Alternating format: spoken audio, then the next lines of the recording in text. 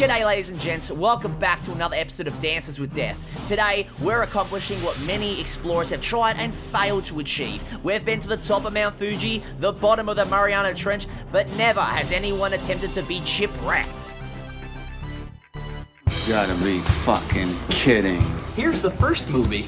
Did you know I'm utterly insane? Peel that pig and slice him thick! The body count is always bigger. Hi, I'm Chucky. Wanna play? The fucking trees walked in those movies. Hi, doggy. What a story, Mark. The greatest trick the devil ever pulled. It's just like your opinion, man. Life moves pretty fast. If you want your sequel to become a franchise. 37 dicks! In a row? I'm your number one fan. Hello, everyone. Welcome back to Marathon Me with your hosts, Rhys And Kane. And we're jumping back on the Alvin and the Chipmunks train with the cap of a trilogy, with Chipwrecked. This is the only Alvin and the Chipmunks that I've not seen before, but what I want to do in this watch and review is get to the bottom of one question, one thing that's been burning in my brain for years and years, which is to answer this question: did the world need Chipwrecked? Did it need a Alvin and the Chipmunks installment where they end up deserted on a desert island? Kane, you've seen this movie before, right? Yes, this is the Chipmunks movie that I watched religiously. This was always my favorite one as a kid. I had so many memories of just turning this on at like after school or on the weekend, just watching it and just laughing along and just having the best time because going on your own little holiday with the Chipmunks. Exactly. I think that's why I really loved it as a kid, is because, like, for the most part, the Chipmunks are on their own. They're roughing it on this deserted island. This is an adventure about these hardship, about these wild animals struggling in the wild. Ooh, the lines between their animalistic nature and their domesticated upbringings are now becoming blurred. Ooh, how deep! Oh my god! All the layers of this narrative just really hit you and struck you as a kid, right? Especially as a kid that, from what I've heard, you were obsessed with animals and nature at the time, and this would have been a feast for your senses. Oh, completely. Especially because getting to watch this in cinemas as well. Ooh la la, love it. Also, the director of this, Mike Mitchell, has made some of your favorite movies, like Shrek Forever After, and I like Sky Shrek. High. I like Shrek Forever After. Oh, okay. Sky High is quite good, I remember as a kid. Never seen it. Yeah.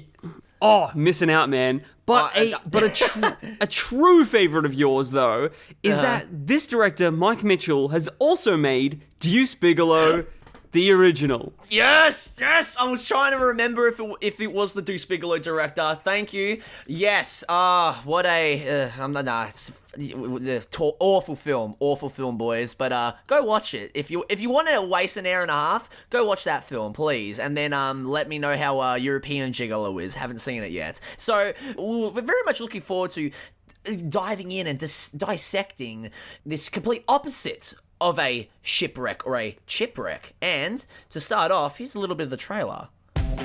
Family vacations are all about fun. Relaxing, spending quality time, getting to know each other. First, we're gonna need to set some rules. Dave, come on. Rules is my middle name. I'm the king of the world! Seriously? This Christmas. You're having dinner with the captain? No, I am. You're staying here. I have to go apologize for everything Alvin did. This is so not fair. He's been driving me crazy. A lot longer than he's been driving you crazy. Hey, Dave. Alvin? To the R, to the O, you ball. Rock it non-stop till the mic gets dull. Take what I want, when I want, no holding back. When I kick the flow, I'm all up on the track. Alvin! I'm going to puke. Alvin and the Chipmunks. Chipwrecked. So, Rhys, the question that's on the tip of my tongue right now is, you, having not seen this movie before, what were your thoughts as a 22-year-old man sitting down and watching the third Alvin and the Chipmunks movie? What'd you think of it? as a Chipwrecked virgin, I was looking forward to exploring this bit of the Alvin and the Chipmunks lore that I haven't touched before. And things were pretty rough at this point. Just coming out of Squeakquel, I was not the most enthusiastic about this franchise, but I had a little bit of hope in me that I'm like, maybe it might be like that might be the black sheep of the franchise. And then it goes to explore interesting and new landscapes for me to feast my senses upon. I hated Chipwrecked with a burning passion. A burning? Are you serious? Burning passion. Holy this fuck. was rough. Wow. I did not need to witness Alvin surfing a shoe down a water slide on a cruise ship. I was filled with moments of existential dread watching Dave walk to dinner with the captain of a ship in a tuxedo. Why is Dave having dinner with the captain? My dread doubled down when the Chipettes get into a dance battle with some divas in a club. It was the ridiculousness of this installment did not tickle my funny bone. It only upset me. It only deeply upset me, man. I was not having a bar of Chipwrecked. Damn! Wow, you have made 11 to 12-year-old Kane cry right now, mate. Fucking hell. I'm very, very sorry, 11 or 12-year-old Kane, because this is, I think already at the point where this came out, is that I was already a bit checked out of the Chipmunks fiasco and phenomenon, and I'd moved on to other things. And damn. And as a 22-year-old man, I definitely moved on past watching Alvin surf a shoe down a water slide. I was not into this whatsoever. Kane, am I wrong? Is there something I'm missing? I mean, maybe because I for one I think I liked it.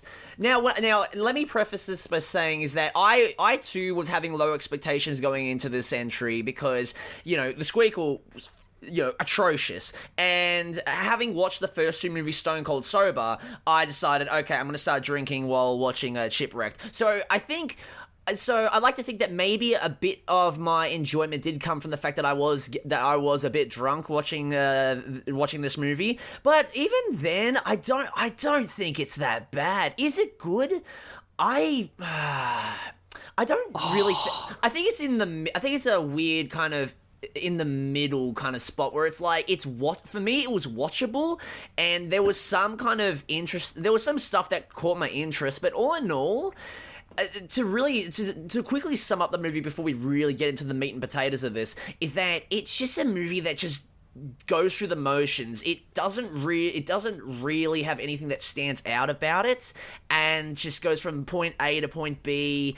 And by the time you stop watching it, you've basically forgotten what has happened. Maybe like an hour later, which is how I felt after watching this, which is the best way I can describe it. Completely, man. It is so bizarre that even though that in this film you go from the Chipmunks on holiday, Dave having dinner with the captain, them in a club, them on a desert island, a volcano goes off, all that sort of stuff happens in this movie, but it's a film that feels like nothing happens. It feels like there's so little to no narrative progression going on in this film, even though the things are happening. Things definitely happen, but you don't know it. I wrote down here that it almost feels a bit like American Pie 2, like that they're just hanging out. But then it's like... That's an insult to American Pie 2, though, man. Yeah, it is.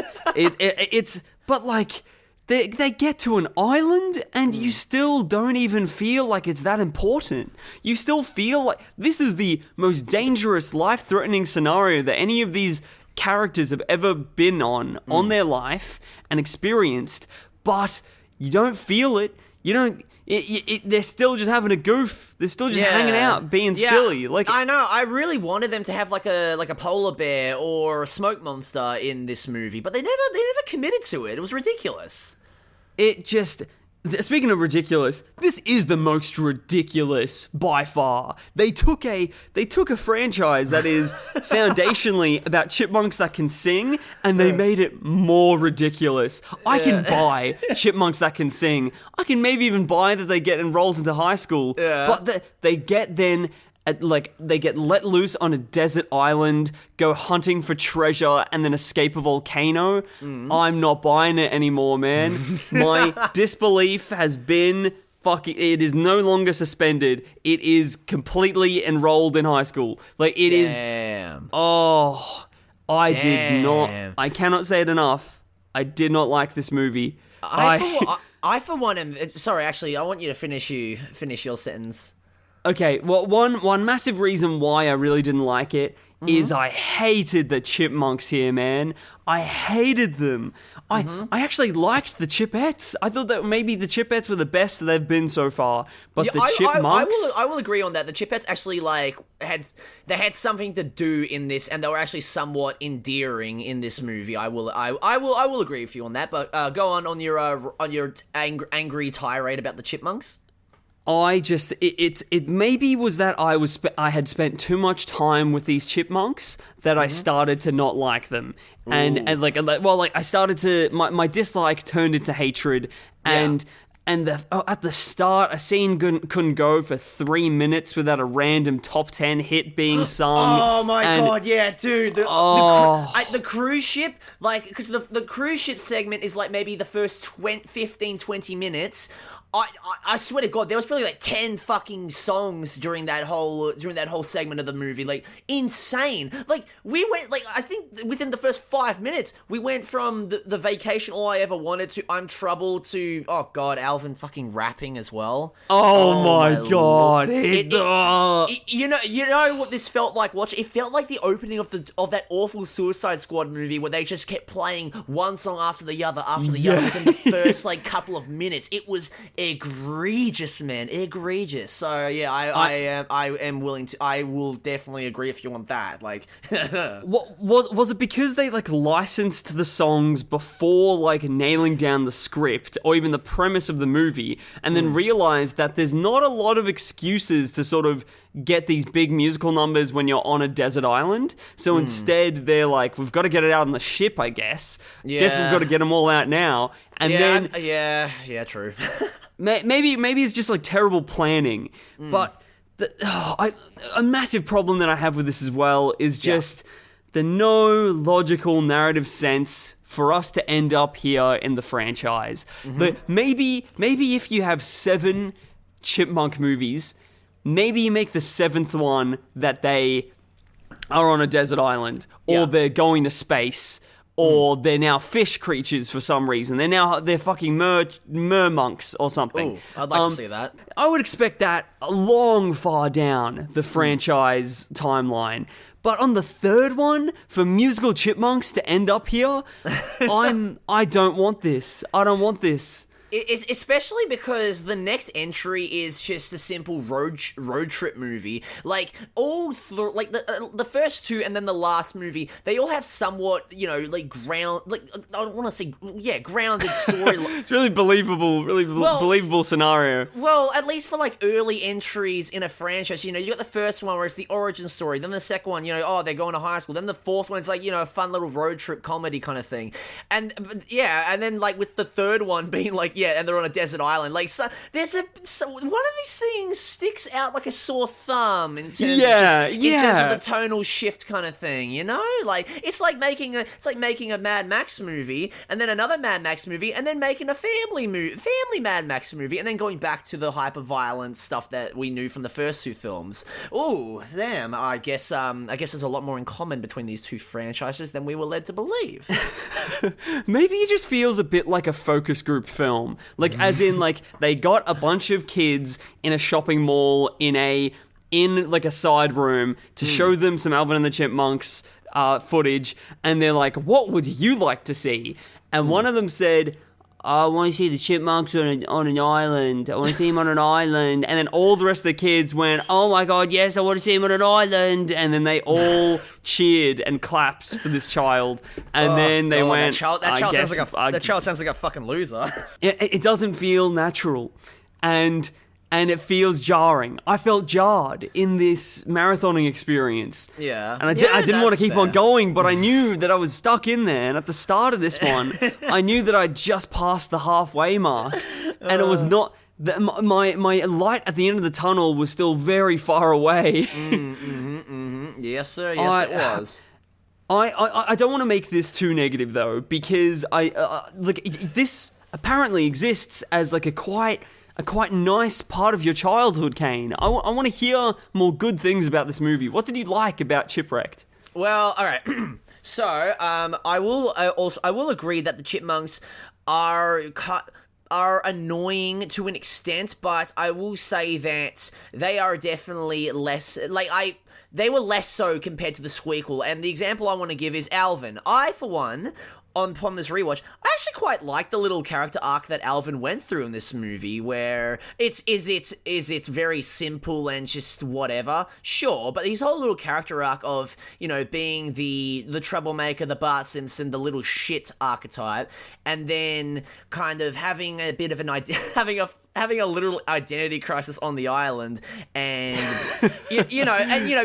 becoming more of a responsible one when Simon, we'll get to him later, has his little arc happen in the film.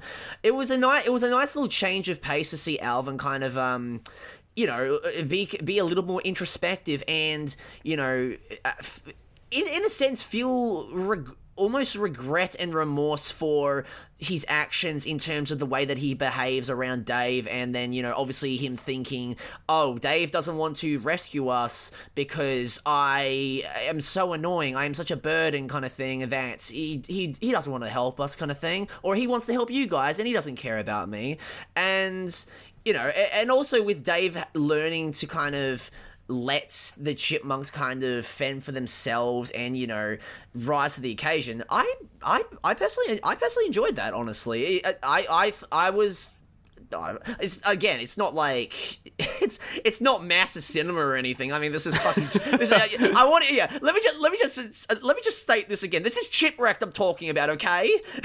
But okay, how many stars would you give this movie? I give it like a nice 5 out of 10. Like, again. Oh, okay. I'd give it a 5 out of 10 because I don't think it's bad, but I don't think it's really that good either. There's, like I said, there's stuff that I find interesting in it, but the film as a whole is very just bland. It's very bland, I think, is the best way I can kind of describe it. It doesn't have the same highs as the original, but it doesn't sink to the same depths as Squeakle does, in my opinion. I know you don't feel the same, but yeah, I think this just kind of sits cool in the middle, where it's like a bland bowl of porridge, basically. It's like, it's not bad. And there's sometimes an interesting little flavor to it, but all in all, it is just very run-of-the-mill, very just whatever, you know? It feels very sterile, right? Like, that there's just that's nothing... a good way to describe it. Yeah, and this movie on paper shouldn't really be that sterile, right? There's a lot going on, but you feel very little from it. Yeah. Or I did anyway. I felt very, very little from it. I can agree. I can understand your point of view. I didn't mind that Alvin had some sort of like self-reflective sort of moments. I enjoyed that. Yeah. What about Simon? But Simon, Did you not find it funny because he was French, and he's brave, and he's basically doing gymnastics. He's basically turned into Sporticus from Lazy Town in this movie, pretty much. Does this predate Toy Story 3? Because the exact same thing happens to Buzz Lightyear in Toy Story 3. This is after Toy Story 3, so they definitely watched Toy Story 3 and they're like, hey, let's do that. That is ridiculous that they stole that straight from Toy Story 3. with having like a main character turns French all of a sudden and now has all this charisma and confidence. What the fuck? Yeah, strange. I guess is this a trope in kids' movies that I just have forgotten about? Because yeah, you brought Toy Story 3. It happens in this movie. I feel like there's so many other like bad or even good or just like a bunch of like kids films from like the early 2010s that were doing this trope. It's weird, you know. Like what other? Do any come to mind? I can't think of think of any others. That's the thing. Nothing comes to mind. Like no examples. But I know for a fact that I've seen kids movies that have done this trope before, and it's pissing me off that I can't think of any right now. But it's weird, and I don't like it because I will say I didn't like the whole Simone meme in this movie. My god, it was annoying. It's fucking annoying, and it sucked as well because I really like Simon. He was my favorite, and they massacred my boy. He has a gambling addiction in this film temporarily. I liked that. I like that. That was cool. So yeah, that gives him a little bit more depth, at least. Yeah, you know, yeah. they're flawed chipmunks. They also are susceptible to the same vices that we are as human beings. Isn't that beautiful? I mean, look, I guess in the defense of making Simon this weird, confident Frenchman or whatever, they're trying to, switch the roles of Alvin and Simon. They're trying to juxtapose both their characters by swapping personalities, kind of thing. But how does Alvin deal with his life outside of the spotlight? Yeah, it's that's what I thought. That's what I thought the the Squeakquel was setting up for his arc in that film. Yeah, because they don't do that. And then they just don't do it. It's all about like him going to high school and he becomes like the cool kid, and then it's like logically he should sort of figure out then, and also like a Dave gets into hospital only because of his cockiness and like hey, look at me, I'm the main guy, and then it doesn't really deliver on it. So at least the filmmaker here did see that hole in the Squeakquel and then tried to rectify it. Yeah, that's admirable. Definitely admirable. It's just weird that they would include that little character analysis in a movie where they're shipwrecked. But it's okay. Better late than never, kind of thing. Better late than never. Exactly. And there's. One character that I liked more in this than in the previous film was Brittany started to show a bit of her personality, I think. Yeah, I agree. And like sort of stand on her own, Brittany being the main chipette. Yeah. So like I enjoyed that. I didn't like that they kept on going with the weird sexualization of the chipettes. There's a scene where they're all in towels. Oh god, yeah, dude. Oh, I crit it. That's when I started. That was the point where I started drinking. I'm like, okay, yeah, I am done being sober watching these. I need to be inebriated because that is. There was a human being that dedicated days, if not weeks, of their life to animating these little towels around these little female chipmunks' bodies. Yep, there's job well done. And fucking hell. Yeah. Kudos to you, my friend. Fucking bizarre. Very, very, very strange. Yeah, what about later on when they're in bloody like crop tops and fucking like flower skirts kind of thing? That feels a bit weird, don't you think? It didn't strike me as much as the towels, but it is strange. It's still there, you know. Were they? I can't remember. Were they wearing like coconut bikinis? No. It wasn't that egregious. It was just like. Okay, thank God. Flower petal or something like that. I don't really remember, but yeah, it wasn't that egregious, but still, it was just a bit like weird kind of thing. Okay, good. Yeah. Okay, one character who is fucking slandered in this film. Is an icon from the franchise. Yep, here we go. Ian pops up in this in a pelican costume. And I guess that changes things. So, like, he pops up on the boat as, like, the sort of, like, spying on Dave and the Chipmunks, and, like, that's just his job, because he's lost everything else in his life. Yeah. But he serves no purpose in this film. He's not the villain. He's just along for the ride. Yeah. He's just along for the ride, and he may as well not even be there. The Chipmunks don't know that he exists until the third act, right? Yeah, pretty much. Yeah. No, I'll bring this point up later. But maybe he wasn't actually supposed to be in the movie. Wink, wink, nudge, nudge. Okay. I'll tap. Well, you can fucking tell watching this movie. You can tell that because he wasn't supposed to be there. He just falls.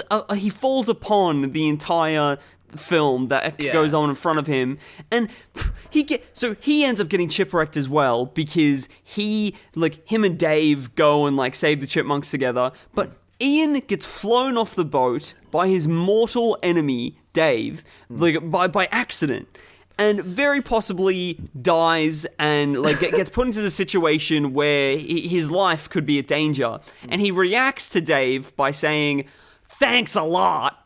Thanks a lot. Like, this is your mortal. The person you like least on this earth has potentially killed you, and you have nothing more than a smart-ass remark to tell him. Well, think about this. You just said earlier that he's lost everything twice, so he's underreaction. That could just be that is just him. Him just being very apathetic about his potential death. He doesn't care anymore. He doesn't care. He's lost everything. So why would he react with any kind of emotion towards being trapped out at sea with his mortal enemy, So he just has nothing left to lose, and he's in a very dark place in his life. Exactly, my man. That makes sense. That adds up. And mind you, he does not get out of this pelican costume for the entire film. It almost feels like his entire presence and purpose in this film is to humiliate his character. That it's all just humiliation. Because he's so passive anyway, and then doesn't really do anything. So it's strange, so strange. Yeah, it really is. Yeah, go on. And you think that he's going to be the villain, but then he doesn't even interact with, like, the main people and the main story of this anyway. So he can't possibly be the villain. Instead, we have actress Jenny Slate appear on the island as well. I completely forgot that Jenny Slate was in this movie. Like, I remember the Zoe character, and I knew she looked, and I remember I was like, oh yeah, she's familiar. But yeah, like, seeing Jenny Slate in this, I'm like, oh, what the fuck are you doing in here, bro? You sticking out like a sore thumb right now. What the fuck? She definitely stuck out like a sore thumb, because she, for me, was the most watchable character we have met thus far in the film. Yeah. I found her way, way more watchable than anyone else. I mean, yeah, I agree she was watchable, but was her performance good? Not really. I mean, there was clearly a paycheck role, but you know what? Boy, did she earn that paycheck. So, hats off to you, Jenny Slate. You certainly were there. Certainly, I believed that she was talking to real chipmunks. She really sold me on that. Yep, exactly. Exactly. I didn't really believe that, but her when she was talking to her funny castaway references with the many balls that she was talking to, with one of them. Did you notice that one of the balls in this movie, I think it was the basketball, just had a bloody Totoro face on it? Did you notice that? Had a what face? Totoro, my neighbor Totoro. Oh, I did not notice that. Yeah, no, I think that my eye for fine details at this point in the franchise was very low. Ah, okay. I mean, I guess that would happen with an existential crisis. So fair enough. Yeah, I was too busy thinking about what I was going to do with my life rather than paying attention to the balls. Sadly. Well, I'm glad that at least one of us was able to pay attention to the finer details in life. Thank you. We need someone to identify these Easter eggs. Oh, no worries. One thing that I really, really didn't like to do with the character Zoe in this was that, like, the Chipmunks immediately reject her and think that she's a freak. Yeah. Because she's a bit weird. where it's like, guys, you're all talking chipmunks. You cannot get stranger than that in this world. Why are you still harping on this, Rhys? This universe has established the chipmunks can talk, and they are normal children in this universe. Even putting that aside, you have found more living human life, living intellectual life on this island, and then you immediately reject her? No, I hated that. I was like, you judgmental little fucks. Yeah, I actually forgot that they wrote her off as a freak, because I remember watching the movie and seeing them build their own tree houses, and I'm like, why are you building your own tree houses? You could just chill at Zoe's kind of thing. But I guess if they're writing her off as like a cuckoo head, I guess that makes sense. So you actually you helped clear up a little bit of a issue that I had with the movie upon my my rewatch. So thank you, Rhys. These chipmunks have no empathy for this woman that has been stranded in the same situation that they are in as they speak, as they live it, but for years. It was years, right? Yeah, 9 years, yeah. For 9 years, and they've got no freaking empathy for this woman. Yeah. She could have killed those chipmunks and ate them, like, with the freaking with the click of a finger. Yeah, but yeah. she decided not to. Yeah, but you know, she's weird, Rhys. She's weird. She's a bit kooky. She talks to inanimate objects, so you know. I hate when kids movies do this because it enforces bullying. It enforces bullying the weirdo in the classroom, and oh, they're a bit weird, so I don't want to be friends with them. That is no. Damn. Zoe deserves friends too. Damn. Oh, man. I mean, hey, man. Not a fan. Hey, I agree. Zoe deserves friends, man, but damn, fucking hell, man. Shit. All right. Yeah, sorry. It really opened up a wound. It did it touch on some painful memories, this movie, Rhys? Yes, it did. Yeah, it did. I am the Zoe.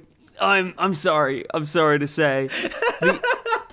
So Zoe turns into a villain in this movie because I guess the film needs a villain, and they forgot to put one in for the first 2 acts. So then they brought one out for the 3rd act. Yeah, and it's because there's this treasure in a cave that they're looking for, and then the stakes become about this treasure, and another moment of just, why are the chipmunks looking for treasure? That is just, the chipmunks were never looking for the treasure.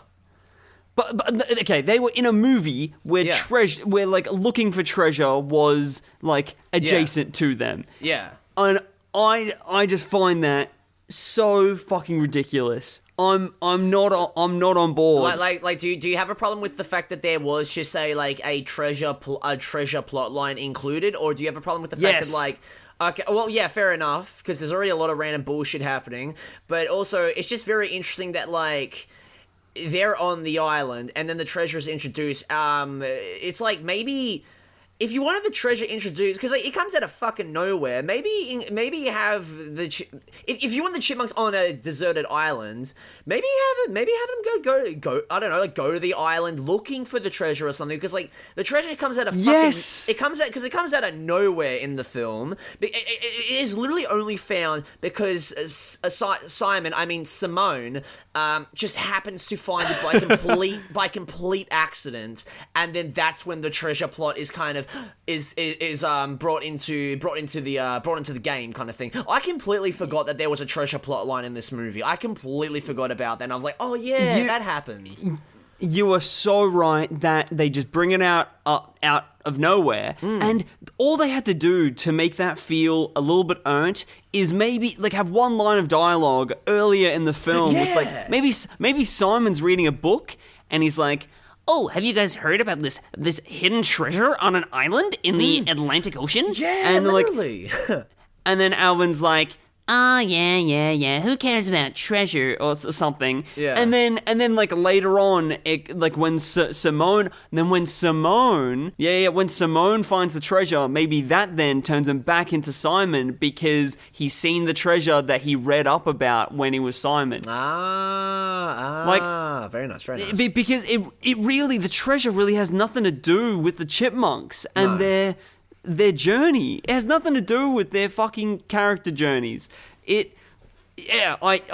then a volcano goes off. Oh, yep. Then we got the volcano because, it's not enough that we have. I mean, you could have just had the Zoe lose her mind and threaten to fucking curb stomp the little fuckers or whatever. No, we're going to include a volcano because for some reason, kids' movies, they love volcanoes and lava, They love that stuff. Yep. The original Ice Age, it's all because of the little household game. The floor is lava. That's all. That's why. That's why it is. Yeah, that's completely valid. Yeah, true. Yeah, if it wasn't for that game, then no child would give a shit about lava. Exactly. They'd be too sciencey. Volcanoes would be just completely irrelevant. They'd be nerd stuff kind of thing, But yeah, exactly. But because of that game, they're like, oh yeah, lava's cool. Wow, epic. Yeah, that's actually and the color. Also, the color red is pretty cool for little kids too. Definitely. That is that's the only reason why. But then and then the whole movie takes such a dramatic turn with like this orange glow. That's God, that was so garish. Like coming up. Fuck. Oh my God, it was so over the top, man. And so at this point, on the journey, with Dave and Ian going through the frickin' jungle, they've found the chipmunks at this point, but just as they find them, then the frickin' volcano goes off. What are the odds? What are the odds that... It's crazy. Look, Jenny... Zoe has been on this island for 9 years and it's never gone off, but just as everyone comes together and it's a dramatic scenario already... Yeah. A volcano has to go off just to match the vibe. You know why, Rhys? Because the script demanded it, all right? And whatever the script demands, the script will get. And in this, like, there's this dramatic chase scene because every kid's movie has to have this, like, big action set piece in the third act, right? Yeah. Even though that it's not an action movie, and the director probably doesn't know how to direct action because that's not their thing. That's not what they're doing. Clearly, you have not seen Deuce Bigelow, Male Gigolo, so I will no longer hear any of this blasphemy against my boy Mike Mitchell, alright? But is there a volcano scene in Deuce Bigelow, European Gigolo? No, Male Gigolo. He did not direct the second Male one. Gigolo? Sorry. There is no volcano scene, but there is plenty of action to behold. Don't you worry. Okay. There's action, alright, mate. Don't you worry. Oh, okay. Fuck's that's the subtitle of the fucking movie, isn't it? There's action, alright. I'm sorry. Can I just say?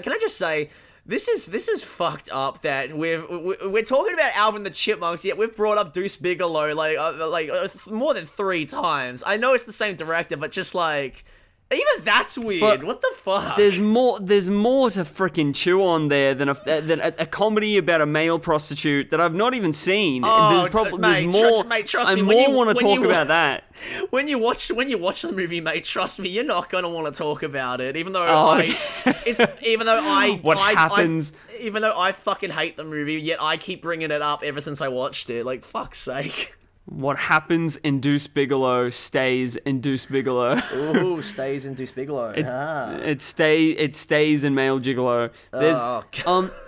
So also there's a bit of an arc here with Ian's character. Do you find that like there's this arc where he pretty much like he becomes a better man by the end? Yeah, we get a redemption arc in this movie. Yeah, we get a redemption arc because of all the time that Dave and Ian were able to spend together, and it's almost like that he rediscovers like the friendship that they had. Yeah. And he then saves them at the end. Yeah. Like that's all that he was there for as a fucking Deus Ex Machina. That's completely. it. Yeah, completely. Also, it's not only just like a plot device, but also, I fucking hate it. I don't want to see the goat Uncle Ian become a good guy. I don't want to see a redemption arc. I want to see... Man. Well, you see him become a good guy after he's been humiliated for the entire film. I know, the entire film poking at him...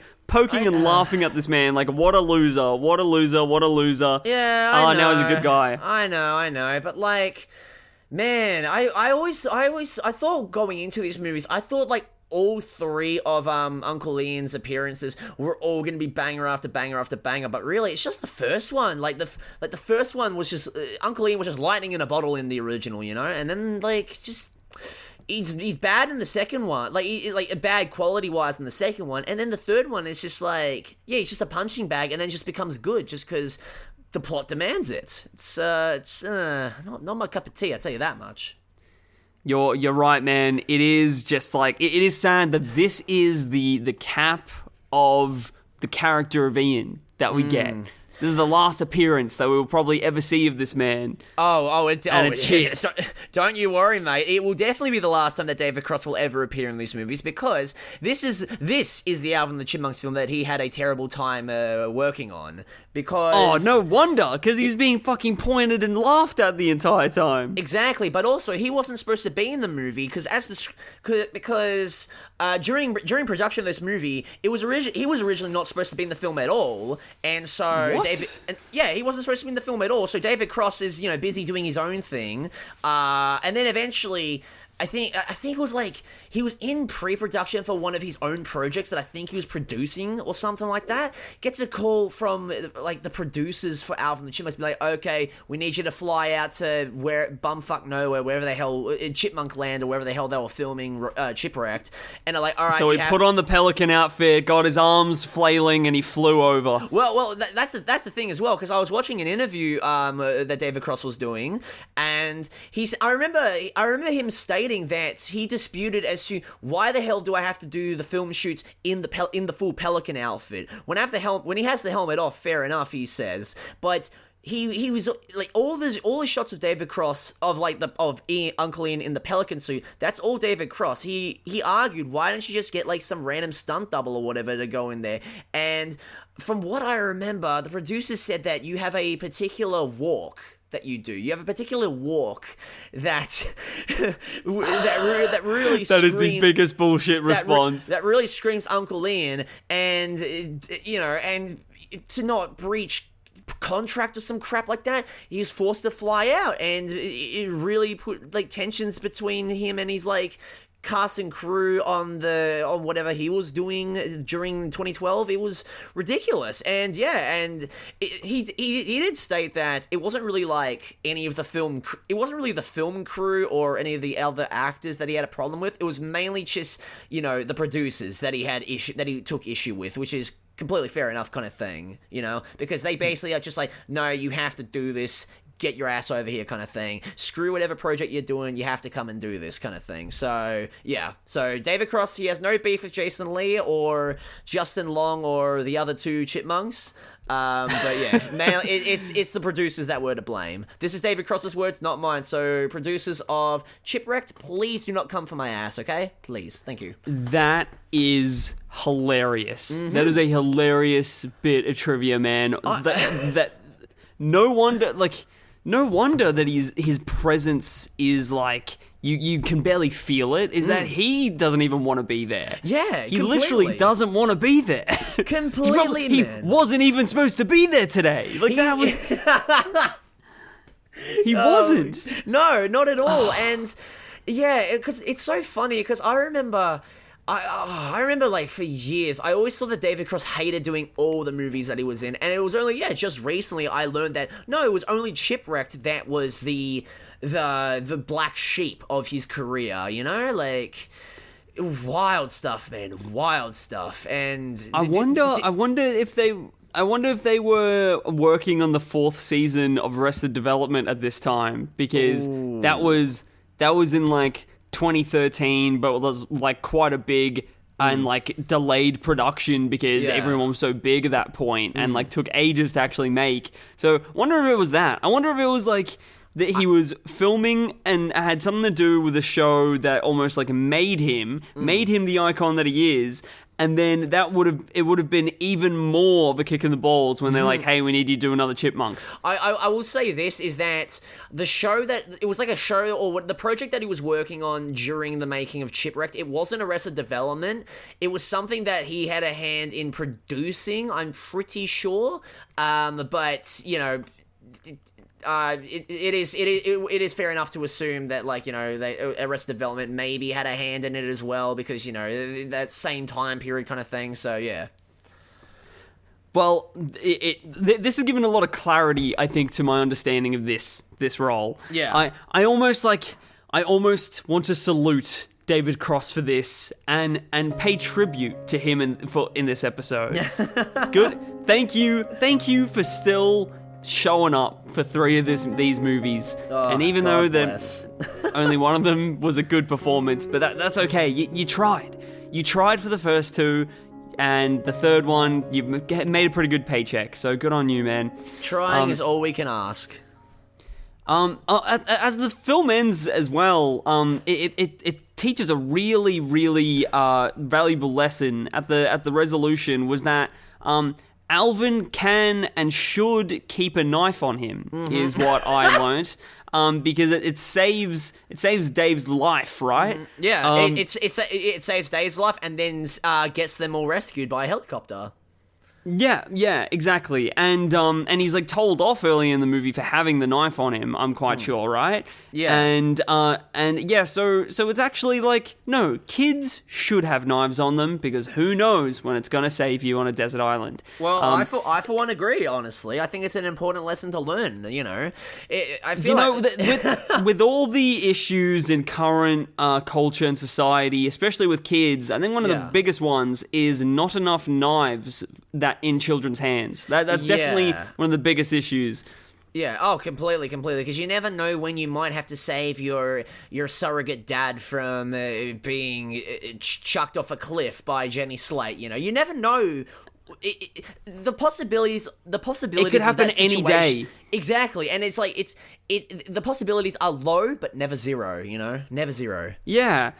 It is heartbreaking that in the next one he gets into a fight at school with a new rival chipmunk, and then he gets the knife out and it accidentally kills the rival chipmunk. Then he has to deal with this like murder on his hands. Yeah, yeah, shit got dark in Road Chip. Yeah. Yeah, but in the moment, it's like it really helped a lot of people, him having that knife. Yeah, definitely. So, do you have much more to say before like sort of putting this to bed, saying our final opinions? I've got 2 pieces I want to ask you, Rhys. Because we didn't really touch on Jason Lee in this. Do you have any thoughts about our boy in this movie? Any at all? It doesn't feel like he really wants to be there either for this one. I got so little from him. I can't even think of any memorable lines. He doesn't even like him and Uncle Ian's chemistry is just not there. Yeah, he's barely even with the Chipmunks anyway. Yeah. So I felt zilch in this. You know what it probably is as well, is that, you know, the lack of Jason Lee in The Squeakquel, that was at least fair enough because he was still doing My Name is Earl at that point. And with Jason Lee being more so checked out in this installment, maybe that's just the depression talking. You know, Jason Lee, his flagpole show was cancelled many years previous, and he's now realizing that, this is my career now. This is where I'm at. I am working with imaginary chipmunks and on a desert island. On a desert island with running from volcanoes. I've never seen Jason Lee run from a volcano before in a film. And a disinterested David Cross as well. So yeah, maybe Jason Lee was probably going through some stuff during the shoot of Chipwrecked. I reckon. During every lunch break, he just puts in his headphones and listens to "Where's My Mind" by the Pixies. Just just looking around set at all these pieces of tape on a freaking desert island set. I do not blame him. I do not blame him. And that's sad, right? Is that I don't want him to be a forgettable part of the Chipmunks movie. No. He's integral to this whole dynamic.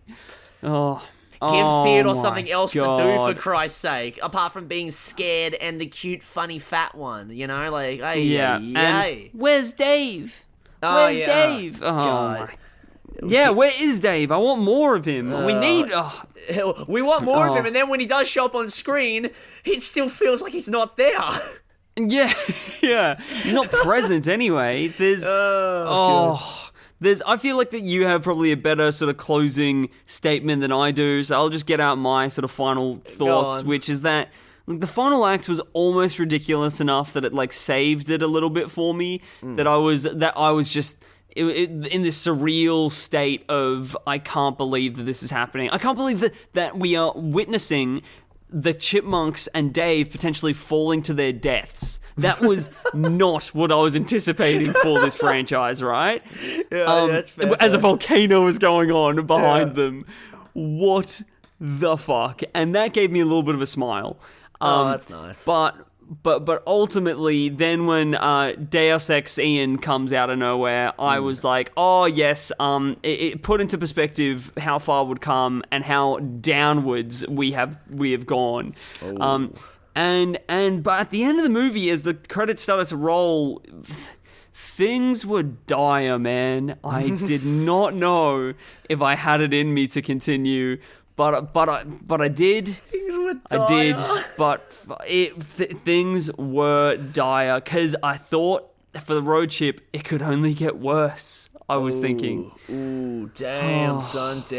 Well, so some real hard hitting words from co-host Rhys over here. Whew. Well, all I'll say is that while this wasn't a complete chipwreck, I feel like that maybe I'd have a more rewarding experience, a more memorable experience being on an actual deserted island, because at least there would be a bit more flavorful than the film that we got. A film that is not bad. It's not good. And we'll leave you with that, and join us next week as we go on a little bit of a road trip. And don't forget to check out our Facebook page at MarathonMeOfficial, all one word, and our Instagram, MarathonMe_official, to keep up to date on the podcast. And hey, if you want to get into contact with us, email us at marathonmepodc, yes, the letter C, @gmail.com. Like a podcast without the ask.